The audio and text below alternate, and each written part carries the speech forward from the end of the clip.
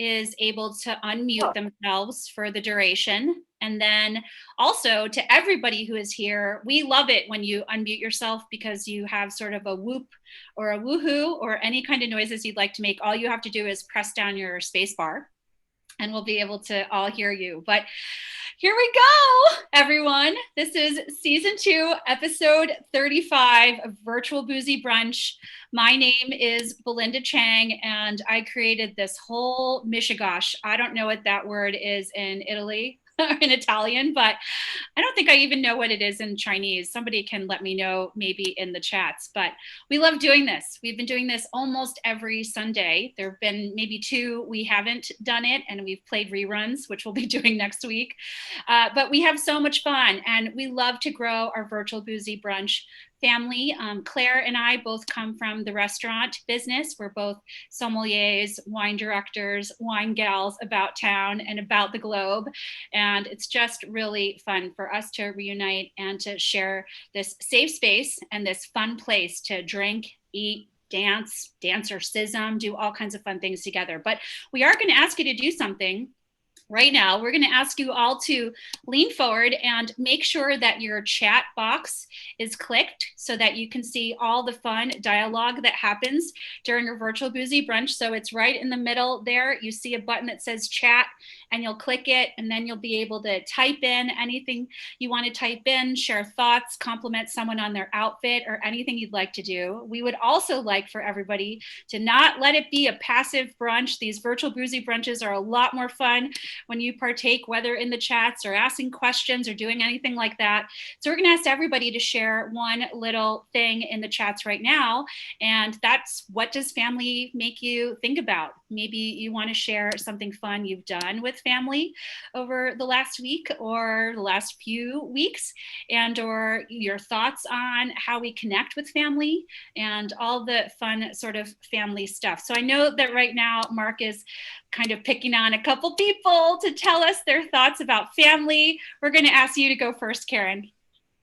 You know, it's an interesting time to think about family with COVID. My mother's 91 years old and is in lockdown again in her nursing facility. So, you know, family sort of, I feel like trying to stay connected to her a lot, and to a brother that's also in a nursing home, has been a real focus for me, just to stay connected and not make them feel so alone. So that's kind of the immediate in terms of family. I love that. And you feel so much like a part of my family now, Karen. We've had many, many Sundays together. So I'm very grateful for that. Dawn, does anything come to mind when we say that the theme of the show today is family? I just can't wait to make these tortillas with my boys, especially my 14-year-old. He likes to cook. No, he won't come down now. He's holed up in his room, but he'll cook with me. But we love that this delicious tortilla is going to be shared with family. So that is super fun. Daniela, welcome back. Any thoughts about family that you want to share with everyone out here? Absolutely. You know, I'm really lucky to have, you know, a great husband who is my immediate family with me all the time. But this year especially has been difficult otherwise, because my family is spread out all over the country. You know, I have I have family in Michigan, I have family in Arizona. So, you know, this is especially poignant, this group chat today, because I don't get to see my family often, you know, but thanks to Zoom and FaceTime, I do get to see them, you know, more often. And that's how we really stay to get, you know, connected. So, you know, today you're all my family, and you know, hopefully later I'll get to Zoom with my biological family. But yeah, that's family right now, means my friends on the internet, you know, on Zoom. Cool. So thanks, Daniela. So we have a lot going on today, so we're going to move on along just a little bit. We do want to share that this family, the production family, is called Studio 8H Productions. For now, we're going to change it soon. But I just wanted to share that a big part of the core of this family is Christina Barbati, who you'll see in the chats, and also Evie Ladd, who will be here shortly, and Sari Zernich, who is here. You can see her gorgeous kitchen, and Mark Chi, and Dustin, and who did I forget? Susan Scobie is also here. We all have done together over 100 virtual experiences like this, a lot of them for private clients, and then ones like this that we welcome everyone to, who we love, and we're available. If you need a virtual experience in 2021, we have a few dates left. So give us a call. Christina's also going to put into the chats a link to a questionnaire where you can answer 6 questions and we can come up with a really fantastic virtual experience for you. So I now get the privilege of introducing again, because she came back and we're so thrilled, my co-host for Virtual Boozy Brunch, I hope forever, Claire Paparazzo. Claire, it makes me so happy to see you on a Sunday. What do you have to tell us? Thank you, Belinda. Thank you for connecting. Thank you for creating this safe space for us all to connect together. And to be honest with you, it's when I heard that the theme was family, it's kind of hard because I love my family and this year has been so difficult. So I've been sheltering in place at home with my husband and my cat for the most part and seeing them a little bit on Zoom. But the fact that we get to have this moment together where we can learn how to make cocktails and learn how to make tortillas, this is just so beautiful. And thank you for everything you've been doing. So we're gonna keep doing this. We're gonna connect safely together here, safe space. We want to hear fun things from you. Go ahead and use the chat box. We want to hear positive thoughts. Enough going on in the world today. This is where we can just come, be safe space together. We can dance, and I can't wait for that. Cook, dance. What more would you want? This is perfect. So I know that we're going to get to some fun stuff soon. I'm going to kick it back to you, Belinda. Great. So we have some people to thank from a couple weeks ago. The last theme was not family, it was jump. And boy, I got a lot of sweat and cardio in this episode. We had Alessa make a beautiful brownie with red wine, a blondie rather. We also had Debbie Atias, who owns a business called Dancercism, where she was dancing outdoors. We had so much fun. And we also had Megan, an owner of a store here in Chicago called Bitter Pops, and she sold out her beer advent calendar after we said goodbye to her. So that's so great. These are the faces that you're going to come to love if you don't already know them, that are going to be sharing the stage with us, Claire, today. And if you are going to be doing all the things along with us, you're going to need a bit of ice. You're going to need some cocktail ingredients. You're also going to need your tortilla stuff all nearby. So we are going to do a mezcalera cocktail. We are going to make heritage blue corn tortillas from scratch, which I've never done in my life. And it's just going to be so much fun. We even have a little family history. And of course, we'll have Kari, as we do now every week, from Knock to do a little movement. I hope she has a movement that we can do with mezcal in our hands. And then I think that's all I want to tell you. We're going to play a little music because I need to get some ice and we can get a little cardio going. Right, Mark? It's going to go along with our theme, this song. I bet you could guess what this song is going to be with maybe 1 or 2 guesses. It might be by someone whose name starts with an S. It's also possible that Mark got kicked out, as often happens. I didn't do it. If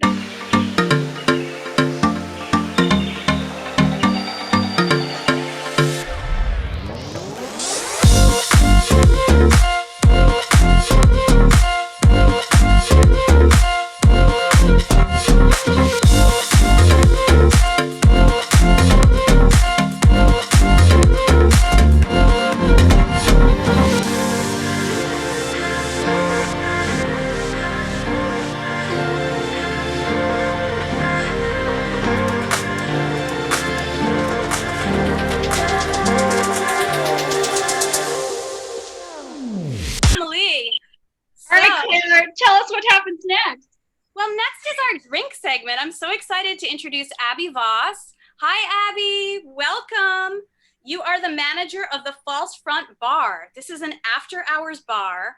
This sounds so interesting to me. In David's Delicatessen and Coffee. How does this happen? So we are making the mezcalera, and I can't wait for you to guide us through. So excited to see how this is going to work. Here we go. Abby, we need to unmute you. There we go. Hi, Abby. Hi, everybody. Hi. So tell us really quickly about your after hours bar and what you're doing now. Yes. So, pre-pandemic, we share a space with David's Delicatessen, which has been there for 15 years, and they sort of specialize in locally sourced ingredients for sandwiches, and then we use Intelligentsia coffee. So just a great community space. And then 2.5 years ago, we opened the False Front, which is again like a very community driven, like small cocktail bar. So it was about, started out as about 20 seats, grew to about 40, and then is now a online store primarily. We had a great summer of like outdoor space and things like that. But yes, now moving on to a CSA program, which we call a community supported alcohol. I love it. Thanks. Yeah. So you buy a CSA share for 1, 3, or 6 months, and then I kind of send out an email a week before of 7 to 8 cocktails, and then you guys get to pick 3. And then you get like the garnishes and instructions and all the fun stuff with it too. So wait, so Abby Voss, has Kay Bloom had the entire repertoire yet? And did she do that in one fell swoop? She's a newcomer to the False Front family, but we welcome all. Love it. Well, listen, I'm thirsty. Let's do this step by step. And I do want to say, in a real bar, we're gonna tip our bartender. In a virtual space, I have Abby's Venmo. It's Venmo tip to Abby, ABBY VOSS -2. If you want to tip your bartender or bartendress, and please guide us through this mezcalera. I'm so excited. Okay, I have my little setup right next to me, so let's do this. Excellent. The theme was family, and we knew we were going to be on with the Molinos as well. So we tried to take it a little bit of us, a little bit of them. This is one of our most popular cocktails in the False Front that we brought on our first summer, so it's a little over 2 years old now. And the key ingredient, the base spirit, is vermouth. We are a huge vermouth fan, as you can see by my shirt. If you're reading this, put the vermouth in the fridge. That's where it belongs, friends. Something that isn't known to everybody, and it can really, really ruin a Manhattan, which is a travesty. So we'll get started though. We'll start by, if you have salt on hand. We love Terrace Spice. If anybody is familiar with Terrace Spice, a lovely South Bend, Indiana company. So we have a really wonderful flake salt from them that we get. So just getting ready for your glass for all of the goodness to go into it. So I just do, I call it a kiss, but it's really like a third of the glass that you're gonna just juice with a nice wedge of lime. And then instead of like turning it in your, I kind of just roll it, just a nice roll and some nice thick. So it's, you don't necessarily have to have salt in every bite or every sip. It's just whenever you want it, which is, I think, important. Moving on to things that go into the shaker. So I'm a big fan of not over diluting cocktails, especially when it comes to vermouth and fresh citrus. You just really want all of the flavors in your mouth. So I build cocktails without ice first. And then I also, a good bartender trick is to start with your less expensive ingredients and kind of move to the, your base spirits and things like that, just in case, I get to talking a little bit. Sometimes I forget where I'm at, and you can dump it anytime without wasting any precious mezcal or vermouth. Abby, I'm going to interrupt you for just a minute because I didn't label Morgan's little bottles very well. Sorry, Morgan. So the Kochi vermouth is like the darkest pink one. So we're going to do vermouth. Are we doing vermouth first, Abby? We're going to start with agave and citrus. Agave first. Okay, agave is the brown one. Yes, it is. Yeah, we just use like a nice organic Kirkland. And I'll say this about this cocktail too. I call it a loose cocktail because it's not super important to have really measured ingredients. I kind of just wing it, especially since you're juicing fresh citrus into the shaker tin.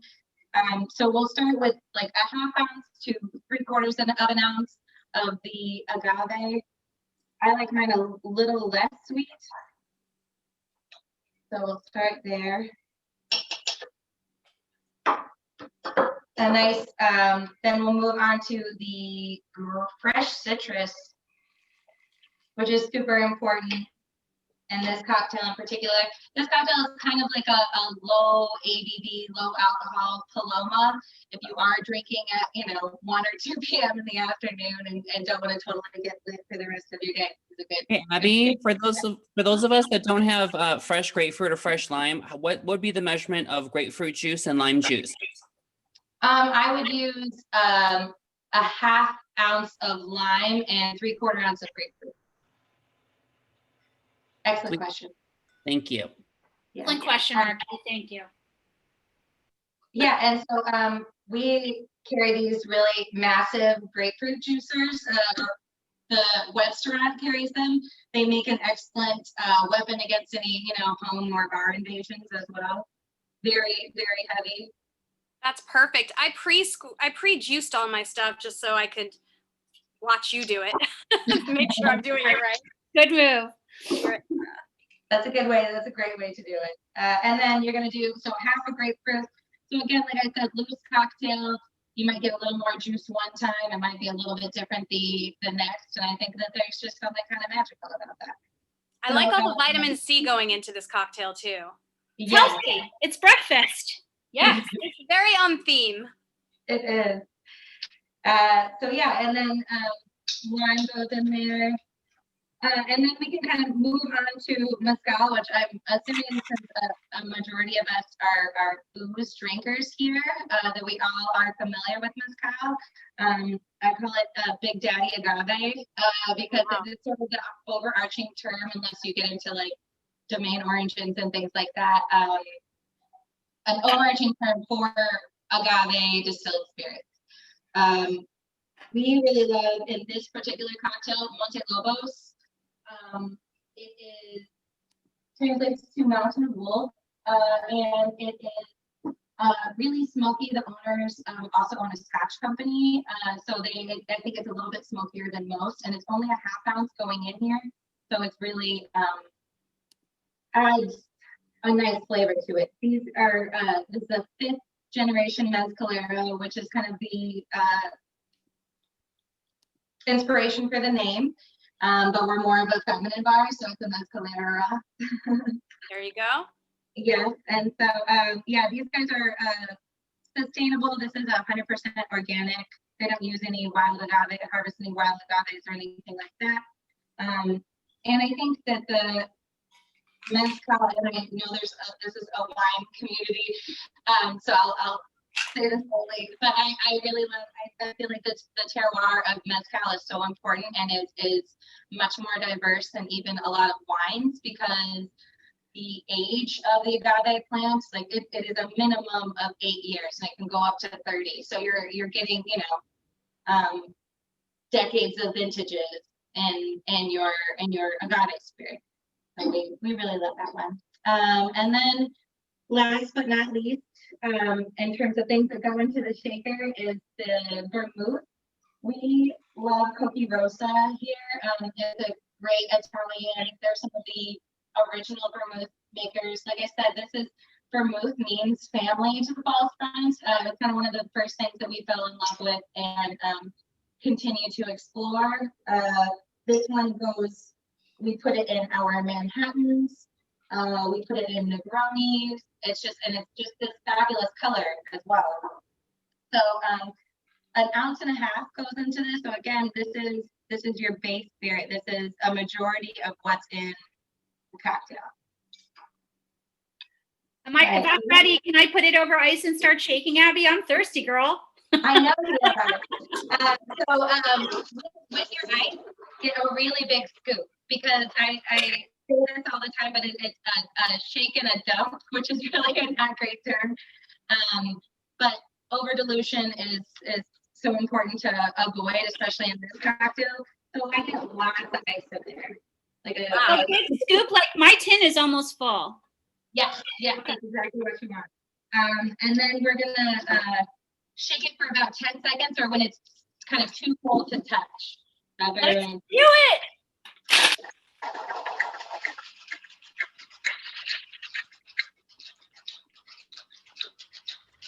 All right. And so again, not diluting twice over fresh ice or anything like that. Just dump it into your glass. And so the final element of this is Topo Chico, which everyone knows and loves. This is the grapefruit variety of Topo Chico, and it just gets a nice top. And then you're gonna add, I like a little extra grapefruit in there. So just adding it on top. Ooh, well, there you go. This smells so good, Abby. I cannot wait. Thank you. Cheers, everybody. Cheers.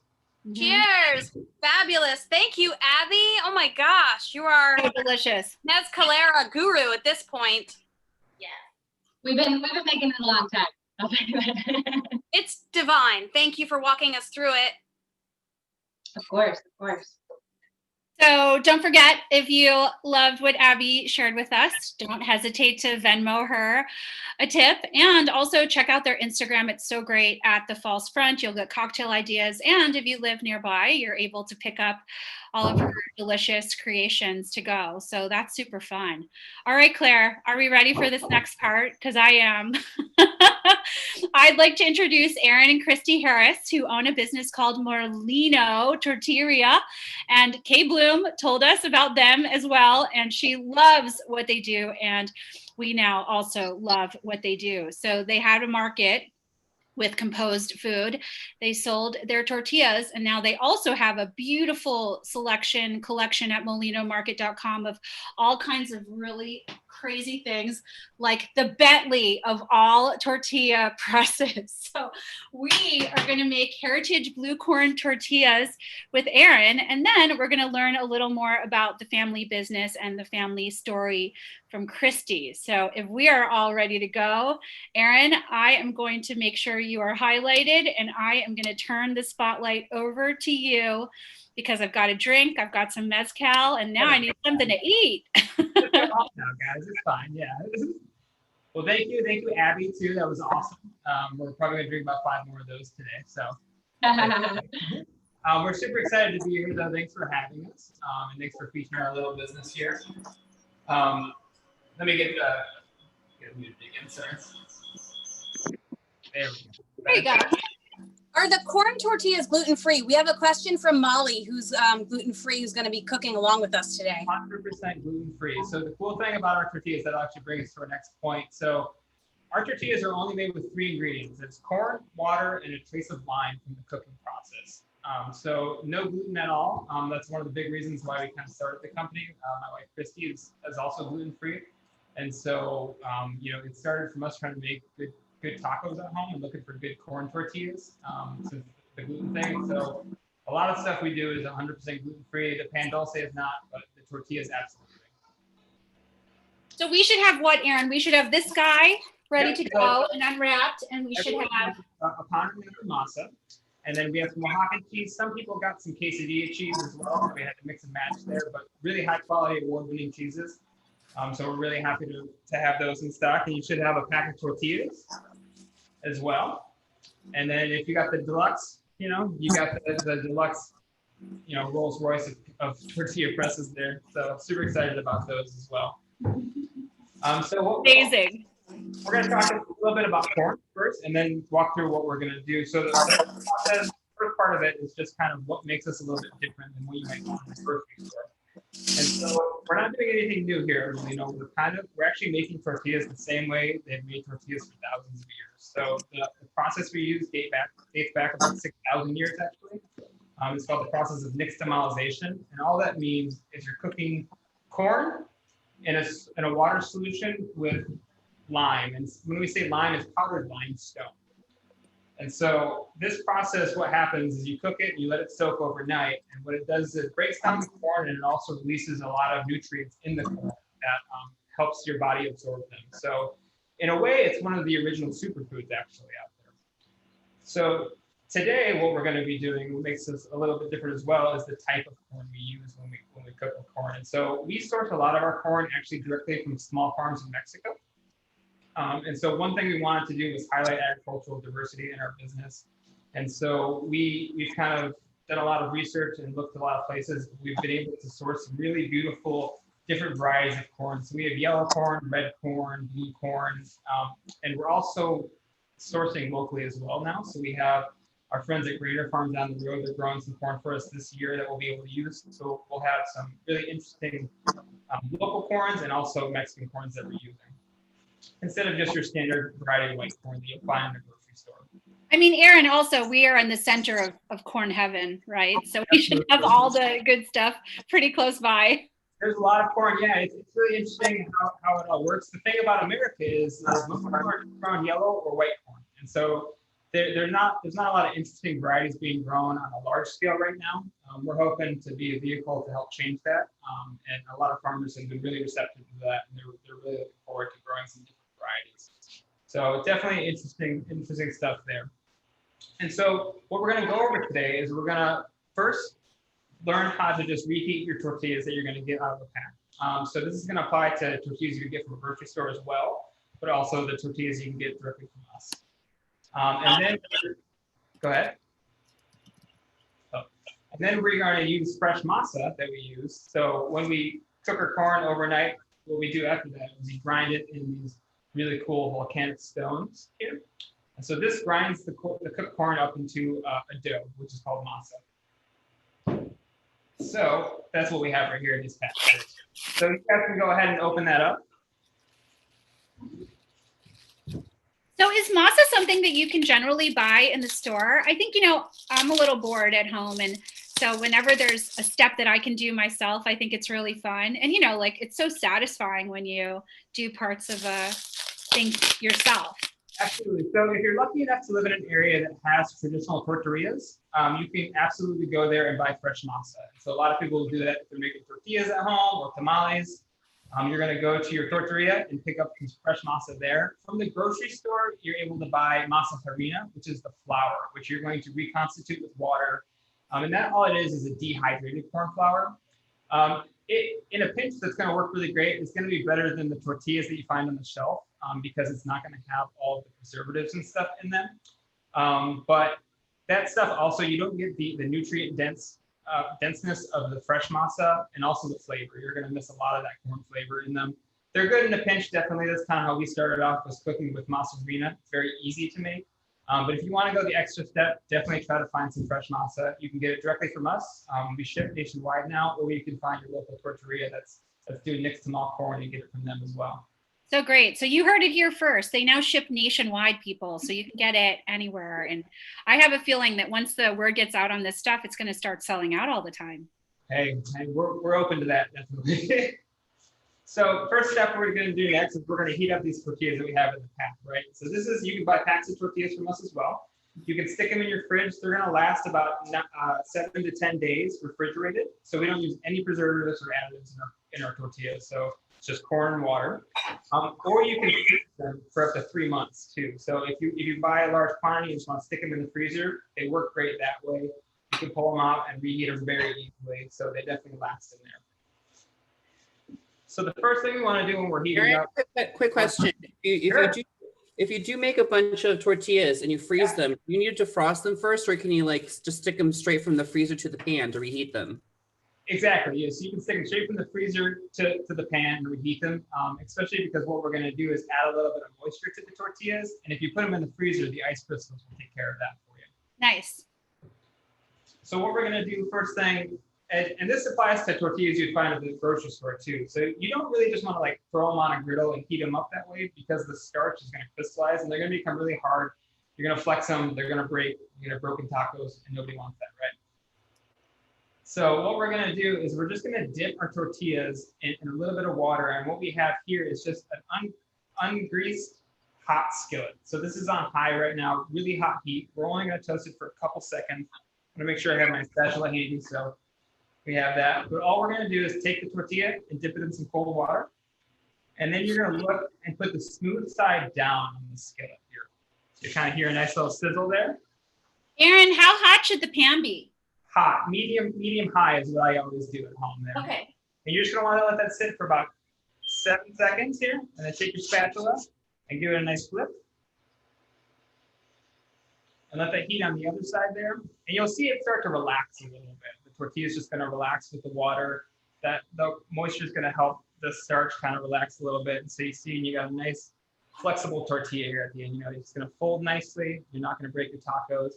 And then the final step is you take it, you're going to put it in your tortilla basket to warm with your other ones.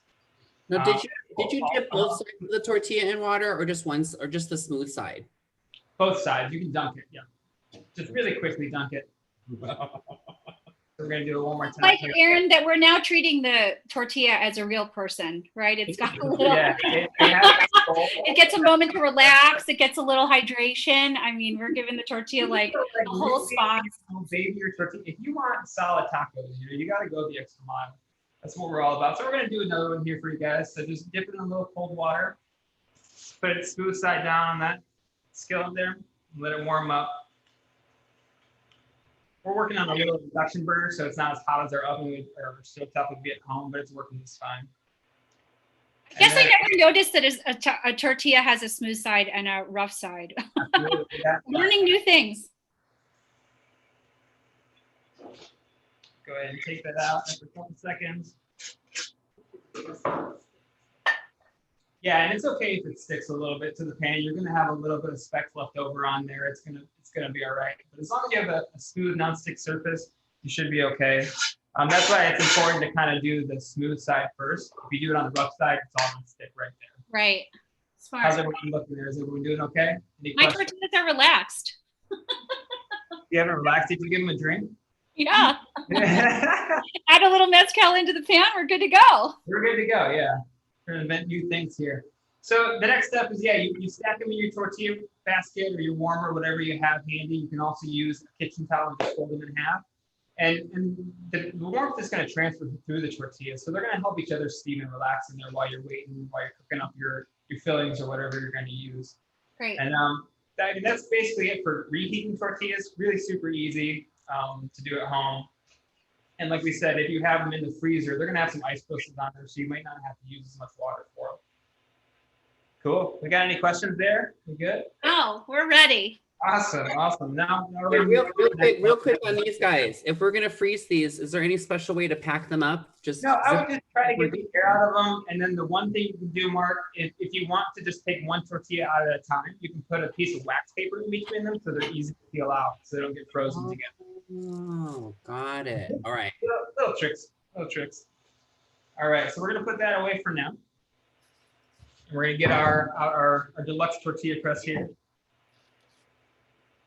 And now we're gonna make a tortilla from fresh masa. So if you guys all have fresh masa there, you all should if you bought the kits.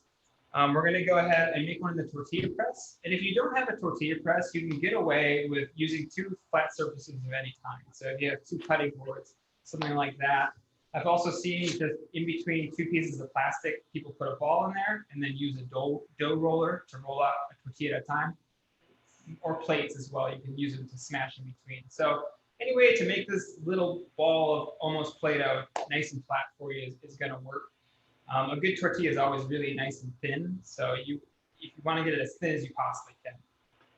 And so the one thing you're going to need to do if you have a tortilla press, we sent along some little produce bags along with the press there. And what you're going to do is you're going to sandwich your masa in between these 2 things so they don't stick to your press. So all we did was cut our bag in half. And we've got 2 squares here that it's going to cover the whole thing. You can also use parchment paper, wax paper. We like these because the thinner the plastic, the easier it is to pull off without pulling off the masa. That's a smart trick. Yeah, absolutely. So once you get them cut to size there, you can also do circles if you want to do it, but a flat square works just fine. So Aaron, you're also you're making my mom really happy because I always give her a hard time about taking all the produce bags. Oh yeah. Now we need them. You're gonna need to save them, absolutely. So they really do become valuable when you're like making tortillas and you don't have them. You're like, oh man, I wish I just had this little piece of plastic. So what we have here is the fresh masa that we've sent you all. And the masa, you definitely want to keep that in the fridge as well. It's going to last for about 7 to 10 days, just like the tortillas. You can freeze masa. The texture will suffer just a little bit with that though. So what you're gonna wanna do if you do that, it's great for using for tamales because it's gonna break up really easy and you can mix it with your fat. If you're gonna use them for tortillas, you're just gonna want to knead it for a little bit, warm it up to room temperature and get its kind of texture and shape back together there. Smells so good. We'll take that right there. So this stuff is pretty moist, but all you need to do, take it with your hands, just squeeze it like some nice Play-Doh. And that's actually the texture you're looking for. It's something similar to Play-Doh. You don't want it too sticky or too wet because that's gonna stick to your plastic and it's gonna make it really hard to transfer to the pan. So just tacky enough to where your finger will stick just a little bit to it, but not wet. Good, cool. Good. And so the next thing we're gonna do is we're gonna take a dough ball. So just gonna grab it in your hand here. Actually, Aaron, real quick, we have Tracy from the UK that has a question for you. Tracy, did you want to unmute yourself and ask your question? Hi, sorry, because we couldn't order the kit, I had to order this mixed blue masa corn flour. So Nice. should I measure and what water, like what's the ratio of water to corn flour that I should use? You know, I'm not sure in that particular brand, but the best thing to do is really just start adding a little bit of water at a time as you're mixing it in there. Okay. You're gonna be able to play with that a little bit. If it gets a little too wet, you can add a little bit more flour to it. If it's a little too dry, you know, you can add a little bit of water to it. But the important thing is just getting that consistency of like a Play-Doh ball with it. So just mix it up really well. And if you need to add a little bit of water, go ahead and do that. But like I said, it's easier to start with adding a little bit of water at a time because you can't obviously take the moisture out of it. Okay, we'll see what happens. Thank Cool. you. Yeah, absolutely. I'm ready. What do we do with this guy? All right, so about a golf ball size ball is what you need. And if you want to weigh it out, 32-gram tortilla is kind of the standard for a 5-inch tortilla. So we got about that right here. We're gonna take it in our hands and just roll it up into a nice ball. All right, and then once it's nice and smooth, we're gonna put it right directly in the middle of our tortilla press here. So you guys can make sure you guys can. There we go. So and on top of the one sheet of plastic as well. So you don't want it directly on the press there. Yeah. Mark's getting excited here. They're going heads. You got to watch out for that crew over there. Yeah. And now take it away, Mark. I'm just kidding. Yeah. Good job. So now put the other piece of plastic on top. That's looking great. Yep.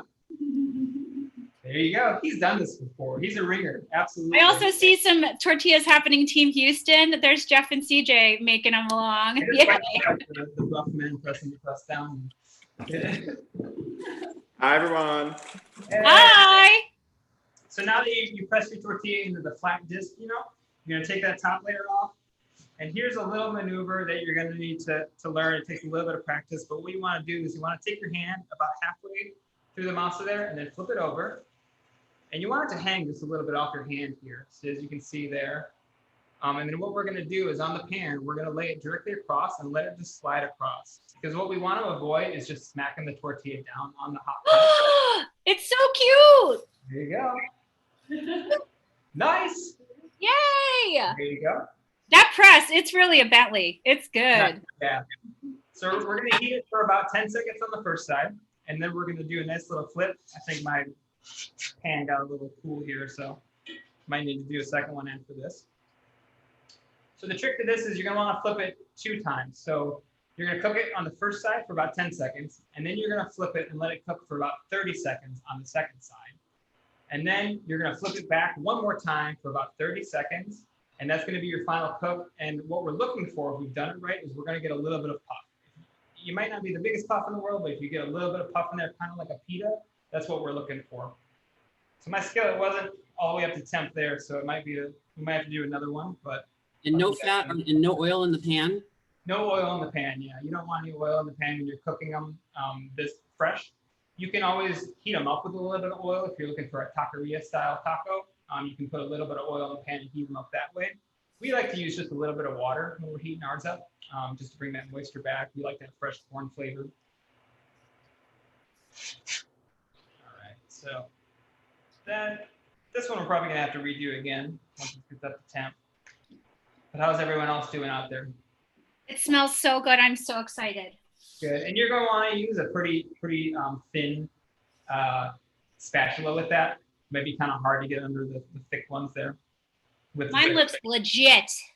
There you go. Yeah. How's it smelling? That's the important part. How's it smelling? Smells amazing. Like even just the masa by itself smells so fresh and like almost a little bit fruity, which I think is really remarkable. I mean, I've never really noticed that a tortilla smells like anything, but these smell like delicious. Absolutely. And the really interesting thing is the different varieties of corn all have different flavor profiles and textures. And so that's kind of what we're after here in the artisanal tortilla is we're always looking for interesting corns to use because it's just like coffee or booze or anything else. You know, there's a lot of different intricacies that you can find in the different way they grow these varieties. Amazing. Aaron, while we're following you along, I just wanted to know a little bit about your family history. Tell us about how Molino came about. Sure. So it really started with just us trying to make really good tacos, to be honest with you. Like we had lived in the city of Chicago for about 10 years together, and we moved to Michigan about 4 years ago, and we were really missing a lot of the food. We didn't know how good we had it there. We ordered takeout all the time. You can get, the best of whatever you want kind of locally.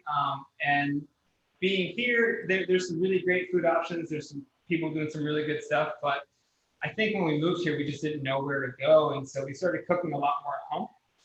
Yeah. And that led to tortillas or to tacos, and we're always trying to make the best we can. And so we started to do like research on first we bought the store brand tortillas just like everyone else does. And we tried to cook with those, and I think we were both just really disappointed. And we kind of asked ourselves the question like, why is this so bad? Like, it just didn't taste great. The flavor wasn't there. And the more research we did, the more we learned about tortillas in America. And it really just led us down a rabbit hole of learning about corn and the process, and kind of fell in love with it. And so we started doing it just at home for ourselves, making tortillas at home, sharing it on our social medias. And I at the time, I had a different job where I was in the screen printing industry, and I think I was kind of frustrated. And on the weekends, I was just cooking because that's what made me feel good. So I think I might have not known it, but I was probably doing some soul searching while in the kitchen cooking. And we just kind of fell in love with the process and what it takes to do it. And then we decided to start our local farmers market. And from there, it just kind of exploded into its own thing. And so we kind of feel like we're along for the ride, but. So cool. Really. I'm just gnashing on them now. I mean, I had a whole plan, Aaron, where I was going to use my leftover turkey and put it into the tortillas, but now I'm just eating them because they're pretty delicious, warm. Yeah, that corn flavor is really hard to beat. A little bit of salt goes a long way on the tortilla, and then if you want to do a little extra, really good butter and salt, a little bit of lime, you can just roll it up, and it's beautiful. It's the best snack you're ever going to have. Butter is key. Yeah, you gotta have butter. Yeah, some people will tell you not to put butter on a tortilla, but don't listen to them. They're crazy. So, Aaron, I have a question. Yeah. If you don't have a tortilla press at home, which you should buy one from Molino Market, but if you don't, what do you use instead? So we were talking a little bit earlier. You could use any two flat surfaces that you want to smash that ball in between with the plastic. Plates work really well. And I've also seen people use pastry rollers on top of the plastic to kind of roll out, like rolling pins, to roll out their own tortillas in between the two plastic sheets. But I think plates are best, especially if they're big enough. There, looks good. Sorry. That's great, Christy. Thank you. Yeah, it's great. So Yeah. good. Did anybody get the puff? Anybody get the puff? I got a little bit going on here. Can I ask a question about the corn? Yeah. So, I have been trying to garden a lot, and I grew my own corn. Yeah. So, you said this has been treated. So, you said soaked in lime or cooked in a lime. So I couldn't just take corn from my garden, dry it, and grind it. That's not. You could, and you could get cornmeal from that. The nixtamalization process with cooking it in the lime is what adds the nutrients to it. Okay. Yeah, it makes it softer and breaks it down so you can make it into a dough instead of just like a fine powder. Okay.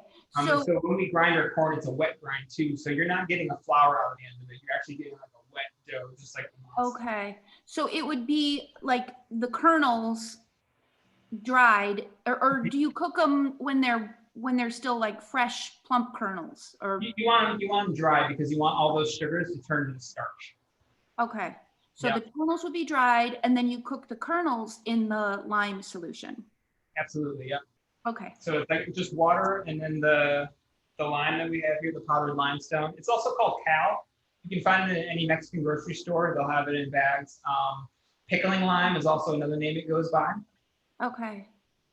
And can any corn be used? Like any type I can grow in my Chicago garden? Traditionally for tortillas, you're going to want a dent corn because those have the most starch in them. Other sweet corns are going to have too much sugar in them. So you're not going to have that dough or that powdery kind of profile to it. It's going to be more sweet. So there's definitely different varieties of corn. What they traditionally use in Mexico is you have these, this is actually a pretty interesting variety because it's got these really large kernels. This has a lot of starch in there, but they're all dent varieties that you're going to want to use. Yeah, okay. All right, thank you. Absolutely. Aaron, we have a couple of questions. Nicholas, I think I unmuted you. You had a question in there. Do you want to go ahead and ask and confirm the timing? Yeah, how long do we cook on each side? So 10 seconds on the first side, 30 seconds on the second side, and 30 seconds on going back on the original side. And if that answers, yeah. 30, 30? 10, 30, 30, yep. And if you have a medium-high heat, you're hoping to get that puff on the last flip there. Tracy, you have another great question. Where are you? Unmute yourself, girl.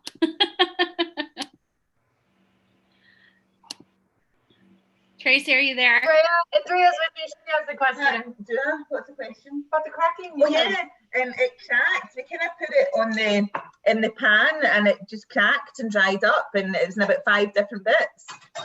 Oh, okay. You need to add a little bit of moisture to it then. Yeah, if it's dry, and kind of flaky. You want it to be a very consistent dough.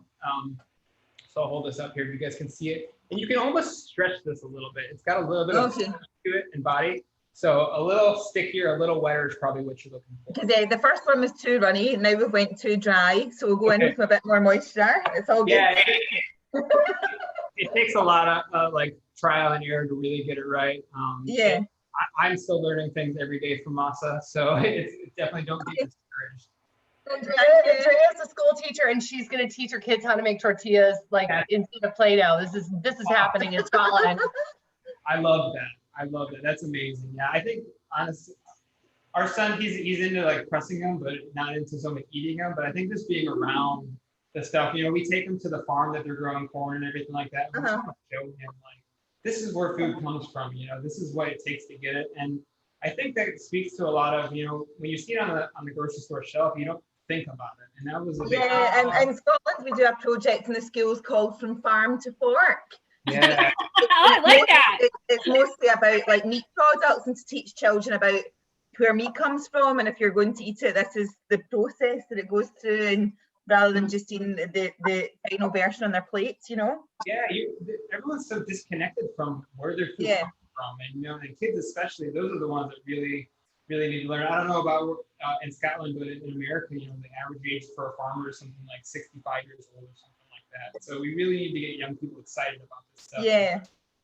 Over food in the future. Aaron, so Heidi Picard has a question too. Heidi, do you want to ask? That's a good one. I don't know the answer to that. Hey, how are you? Okay, so when I have them in the pan, and when I buy them from the store, they're a little browned. Are they supposed to be a little tingy brown, or should they just be all still the blue color? No, you want a little bit of char on there. Personally myself, I like a really toasted tortilla because I like it. Yeah, that looks really good there. The little brown spots is perfect. Yep. Nice job, Heidi. If you look at a good traditional tortilla made on a comal or something like that, it's going to have those black spots on there where it gets heated. And that happens when the tortilla inflates a little bit, even those little bubbles, and then it'll get crisp at the top. Well, it's lovely to have you in Harbor Country because we're all sick of the pizza.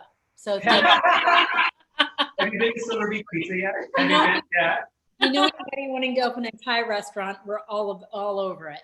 Oh yeah, we're Thai food was like our number one thing we got in Chicago. I knew our driver personally for years, and so we moved here. We were missing that takeout thing, and a good thing because it forced us into the kitchen and kind of probably started this whole thing. But We're not doing Thai food. we're not doing Thai food. Yeah, if you want to come over to our house sometime after this pandemic, we'll cook you some stuff. But Don't say that. Yeah. So Erin, we have just a minute left with you guys, but I think we had one more question. I see Susan and her husband working away over there. Susan, you had some questions about tortillas too. Yeah, you mentioned there being like the soft side and like the textured side. Is there a preference as to which should be the outside when you fold your taco, or? Absolutely. You want the textured side on the outside. You want that to like, it'll also flex easier that way, but it also just looks better that way to have that like sharpness on the outside of the taco when you're presenting it or eating it. Absolutely. I love it. Oh my gosh. We'll keep eating them as we make them, so I don't even know if we're gonna get cheese on them. They're so good. So again, Erin and Christy, we just think you're the bomb and the greatest. And everyone, you can find all of their wares and these amazing pastries. I mean, these arrived at my door, and Kari, the good thing that I've done for myself for today is not eat all of these in one sitting. But we can find all of your fun stuff at molinomarket.com. And then also the Instagram is at Molino Tortillas. And we've been live streaming this whole thing to Facebook. So if you want to go through the whole process again and again, you certainly can on my Facebook page. And I think we're linking it to their Facebook page as well. You guys are so great. Can you just come have brunch with us every week and teach us the whole, the whole lexicon? Great job. So I know that most of us have just been popping them into our mouths, but of course, if you have that Oaxacan cheese, you can chop it up or grate it and melt it within, right? Was that the plan for that, Erin and Christy? Perfect. So we have one more little bit today because we're doing this every week because this is really the only way that anyone can find me on a consistent basis. It's here on a Sunday. So Kari, I know you're here. It's your partner, Stephanie Fee's birthday today, so she's not with us, but I'm excited to do a little catch up. Hi, VBB crowd. It's good to be back. Hi, Belinda. Yeah, Steph is lounging by the pool in Palm Springs today for her birthday. Good for her. Yeah, I'm taking over. So as we do every week, Belinda, we just want to check in with you and see how the week has been these past 2 weeks. You kind of listed your positive already by not eating the entire thing of cookies. So that's really great. Well done there.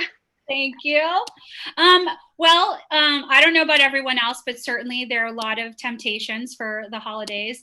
I only cooked, I don't know about you, half of the normal Thanksgiving repertoire and made very small portions of everything for the family. So there aren't a lot of leftovers because most of that stuff is not so healthy. So I don't know how everyone else out there is dealing with all of that, but I don't have the usual 10 pounds of stuffing, brioche stuffing with a lot of butter in it. Ooh, yum. In the fridge. I'm moving on. So between now and our big crazy holiday Chang Christmas dinner, it'll be pretty healthy.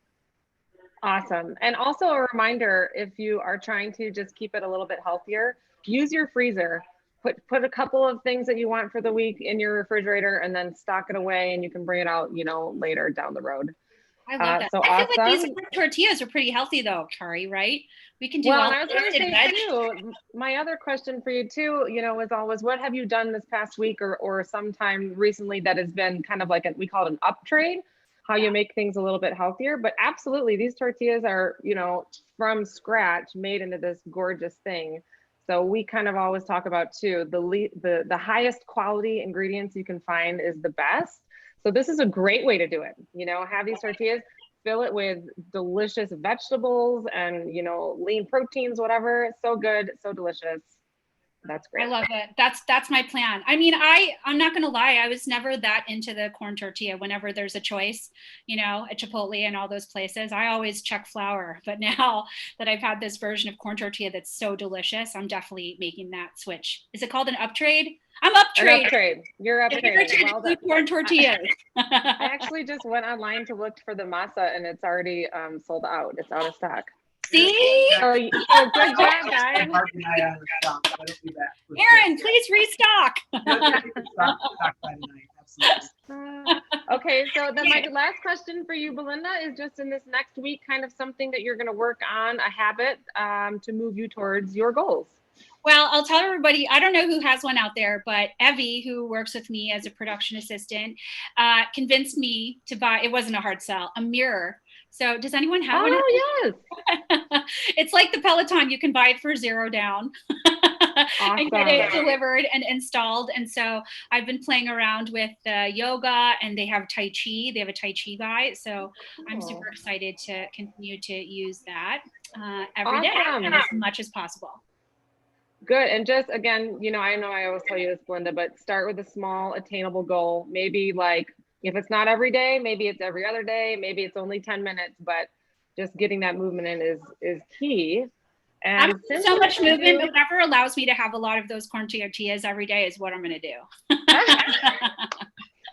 Okay, so this is what we're going to do for movement today. And because it's based on family, I have my 2 girls who are going to join us. We're going to do some push-ups today, because push-ups are one of the best exercises you can do, not only for your chest and your arms, but also for your core, your lower back, and your glutes.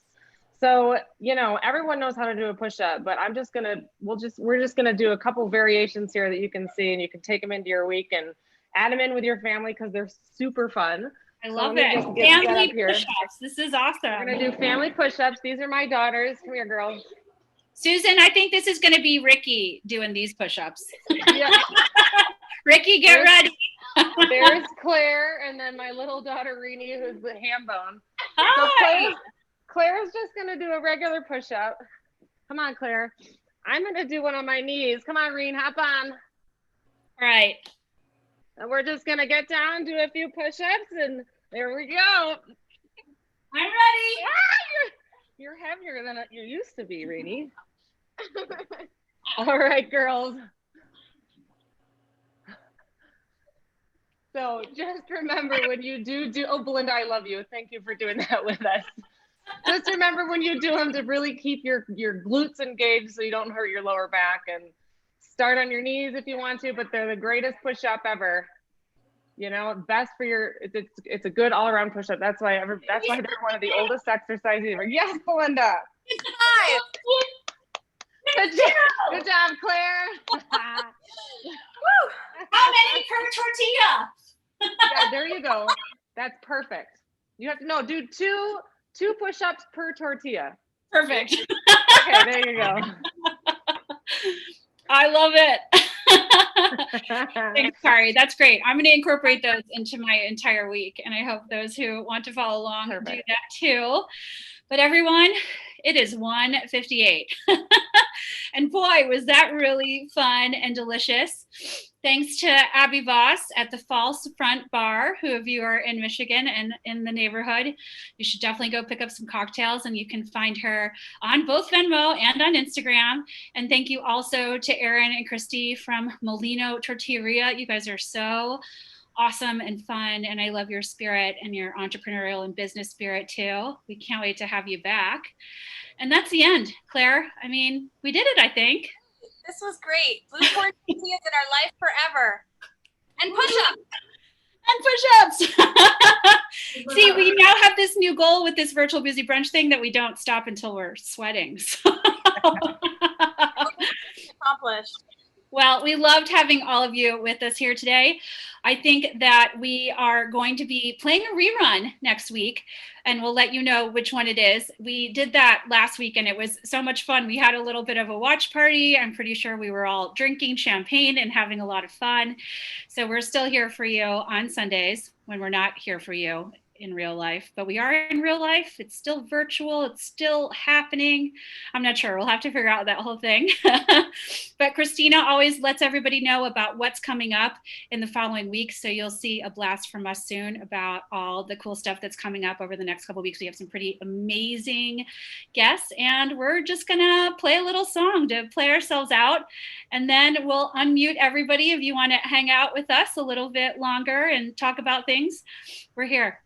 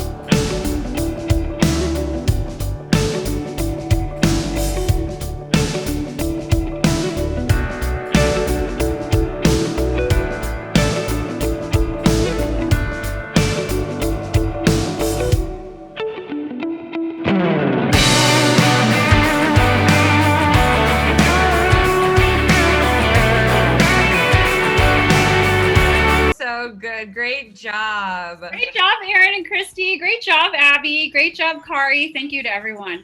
One thing we wanted to do too is we wanted to send a coupon code to everyone who attended the event. Is there a way to get like an email list today that we can send people? Yeah, Christina will send it to you. Absolutely. Absolutely. That was a lot of fun, guys. So fun. I mean, I feel like we're going to need to get maybe a subscription to this. That's what. When I lived in Chicago years ago, we lived in Wicker Park, and it was right when Big Star opened, when like tacos took off. And my God, like we're still to this day trying to find tacos that are that delicious. Yeah. I mean, you'd think in Colorado they'd have them, but not right there. It's surprising how hard it is to find good tacos and good tortillas. Actually, yeah, that's something that we didn't notice until we moved out of the city. Yeah, it's crazy. I love Molino's tortillas, as they know. I get them every week, but I also have to show you my other addiction from them. This. Oh yeah. My God. Gluten-free. She knows. Christina knows. Gluten-free chocolate. Spicy, was it cayenne in it, Christy? With a smear of marshmallow on the top. Wow. It is to die for. That's as popular as our tortillas, to be honest with you. Amazing. Also, Dr. Megan, I saw that plate. That looked real good. Oh, Megan. Everyone? Bravo. I'm so excited. Bravo. So good. I saw a lot of cooking and drinking out there. That makes us really happy. Also, Margaret Pack is back. Oh my gosh, Margaret, you had so many good, beautiful outdoor pictures and so many great food pictures. Yeah. Oh my Is there God. anything that like really stands out for what you ate in your travels west? Well, I can't help but think of some amazing tacos I had in Los Angeles. Yeah. So they would make the tortillas fresh right in front of you in their food cart. Love that. We love that so much. That's what we're going to do from now on. I love that so much. Lucy and Molly, how did it turn out? Did you guys cook? Tell me. You got to unmute yourselves.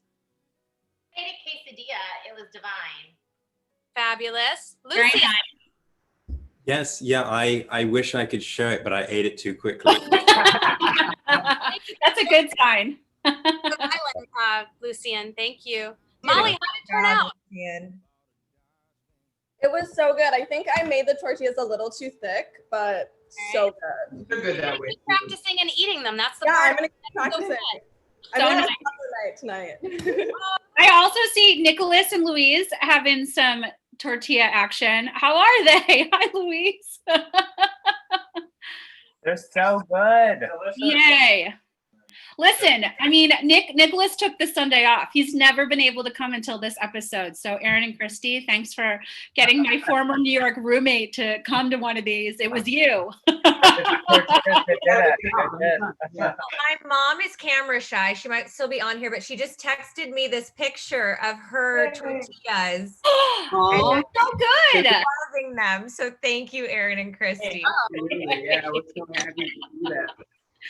So amazing. I love it, you guys. Well, this is the part where everybody is welcome to unmute themselves and chat about anything they want. I'm going to disappear for just a second, but you know, sometimes people have things they want to get off their chest. Sometimes not. That's fine too. I mean, Abby, I'm making another one of those cocktails. It was good. Good. Thank you, everybody, for having us on here. Thanks, Karen, for suggesting us. And everybody have a great week. You too, Abby. Bye. Bravo. Yeah, Well Abby done. would have been so proud of me. I had 0 of the ingredients for the cocktail, and I just substituted